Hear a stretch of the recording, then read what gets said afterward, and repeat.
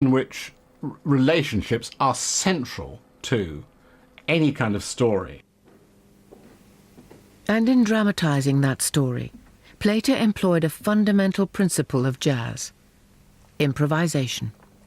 The fun bits were writing the bits that he hadn't written. So, for example, when we come to the Obadiah Slope sermon that scandalises the town, Trollope chickened out of writing that. There is no sermon, there is no text for this sermon. Is there not a danger that the outward ceremonies become more important than the inner meaning? And you had to make it sound as if it had gone on for a long time, because sermons in the church in the 19th century went on for hours, you know, famously. Illuminate the Word of God.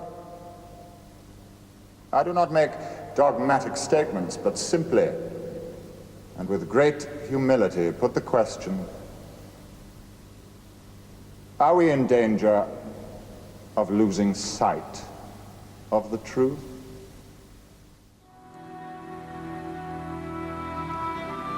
Have I not hands?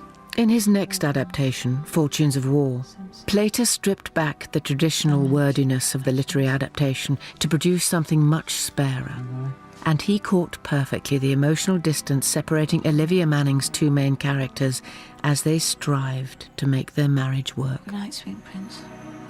I've always tried to not clutter up the page with too many words, and I mean, actors frequently said to me, we love the way you leave space for us, which is not space to improvise, but space just to breathe, for the characters to breathe and have their being. Isn't it beautiful? It has some good moments, has some very good moments. I'm talking about the mountains. Oh, the mountains. You do agree the mountains have some good moments? Well, I really need my distance glasses, darling.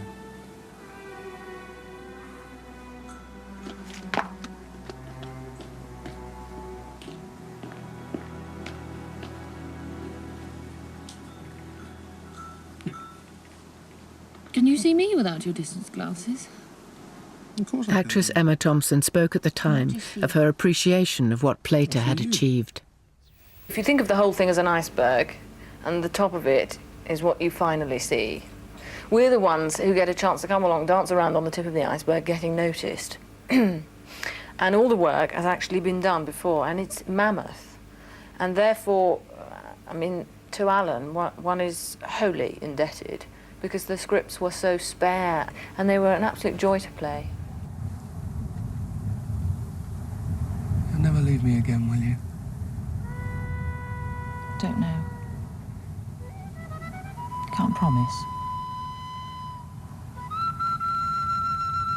Probably not.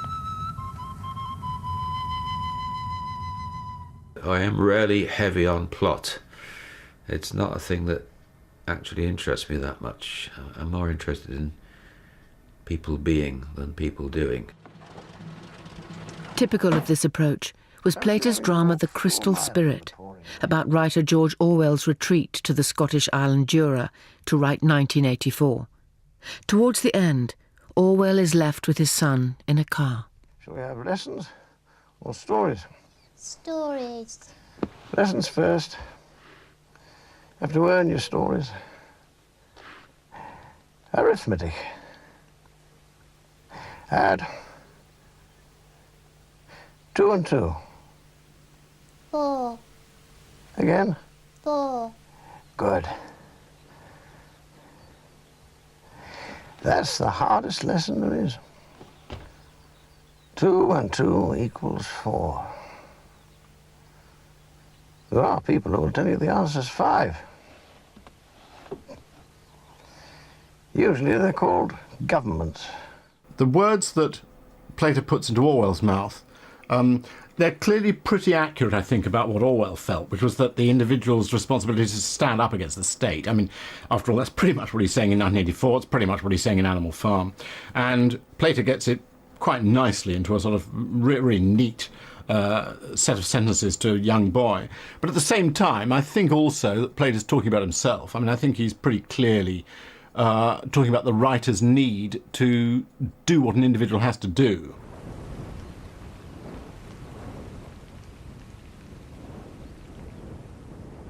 To be or not to be?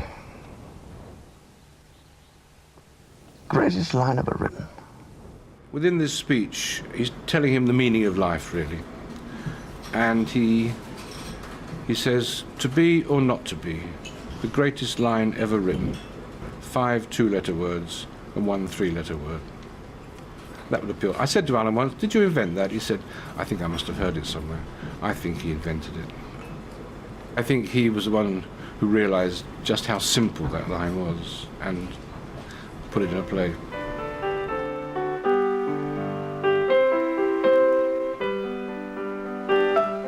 Plater followed his drama about one of Britain's greatest satirical writers with a work about one of its most eccentric, Edward Lear. These are beautiful. And I come bearing yet more delights. Your very own book of nonsense, written personally with my blue hands, out of my green head. Oh, Edward, thank you. Everybody's reading your nonsense. I know. I'm the toast of London. Crisp in the middle and blackened round the edges. And there is more yet. But first, we will have a feast of dumplings. The interesting thing in the Lear was that it was, in a way, looking back, the first reference to jazz, quite unconsciously. But Lear, as a child of 7 or 8, was brought up by his elder sister. The whole family was very dysfunctional. God bless you, Brother Edward. God bless Frederick, Florence, Harriet, Cordelia, Mary, Eleanor. There's one scene in the film when she is giving him piano lessons. Edward, what are you playing? A tune. You should be playing that. I'm playing the inside of my head. I'm playing what's in my head. That's jazz. I think what I love about jazz is that it's a truly democratic music that anyone can join in, either as a player or as a listener.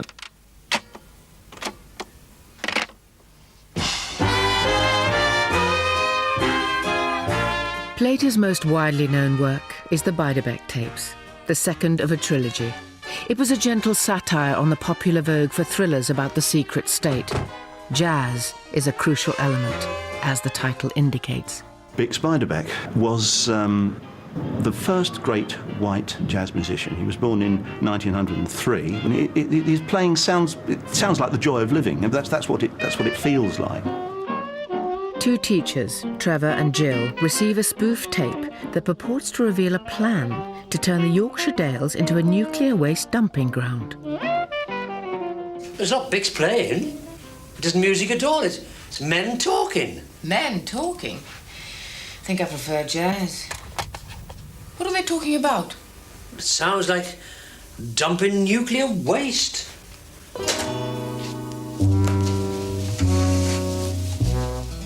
In writing the Beiderbecke trilogy, Plater indulges in eccentric characters and bizarre plots. But for some, the absurd has its dangers. I sometimes find, when I've watched Plater pieces, that I do rather wish he'd work a bit harder on resolving his stories. He's a bit naughty sometimes. I mean, having done a story about nuclear waste, anti-government officials, the secret state, and so on, in the end, he just smashes the whole thing to bits by pointing out that actually it's not even what you thought it was. It's not a real tape. Turns out to have been a kind of fiction in the first place. Do I take it you've lost interest in the tape? You bet I've lost interest in it. It's no fun being dead, even though it wasn't true. So you're quite happy to leave it all to me? Yeah, that's really cool. It's really a kind of satire on Edge of Darkness, the Edge of Darkness type drama. But Plater's strength is quite definitely in character and dialogue and the way people talk to each other.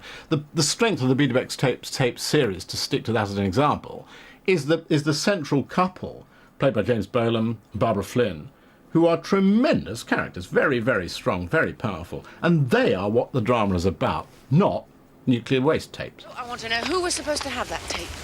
Well, that's why we're going to the pub, to ask him. Obviously.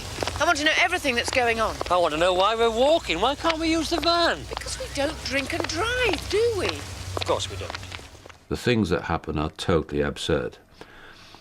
but always springing off a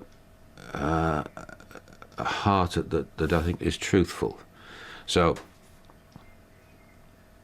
when I created Hobson, the graduate copper, I was aware that I was sailing way over the top. I was also aware that every copper in the land would say, we've got one just like that on the force. Who might you be? My name's Hobson. As in Hobson's Choice? Detective Sergeant Hobson, CID. And you are both my choice.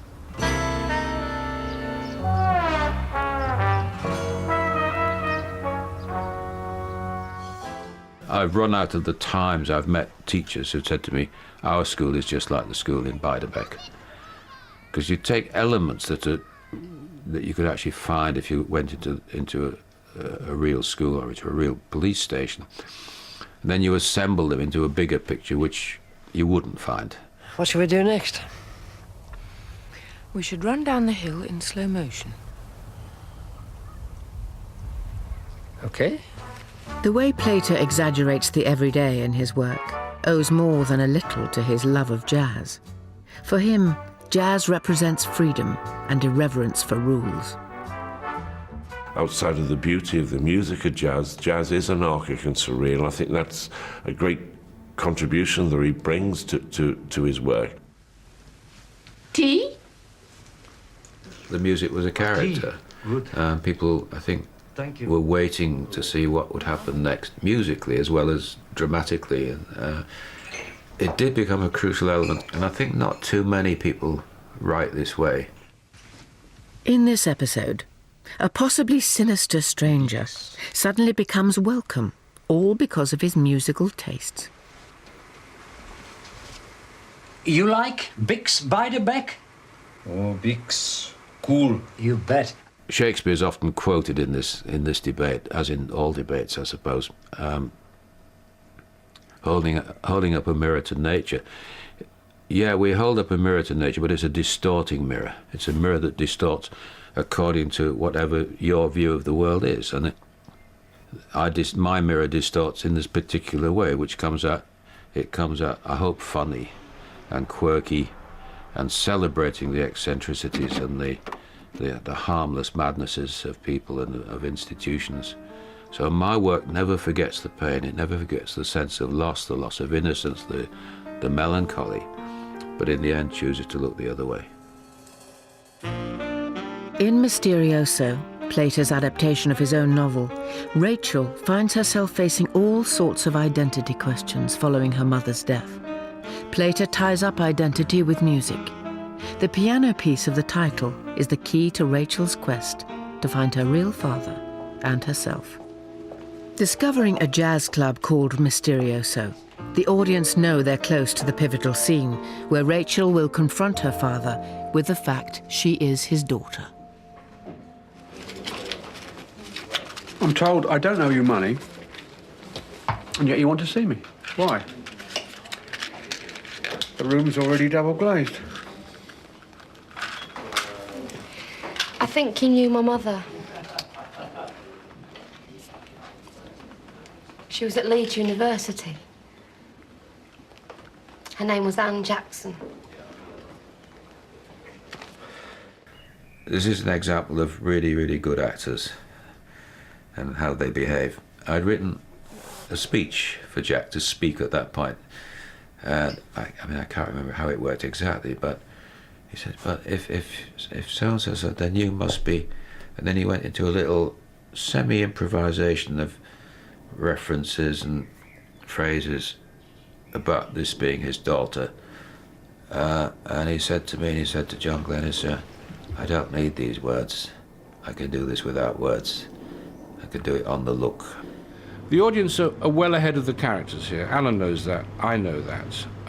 So in a way, they're sitting on the edge of their seats waiting to see how he will react to the fact that his long-lost daughter has suddenly turned up.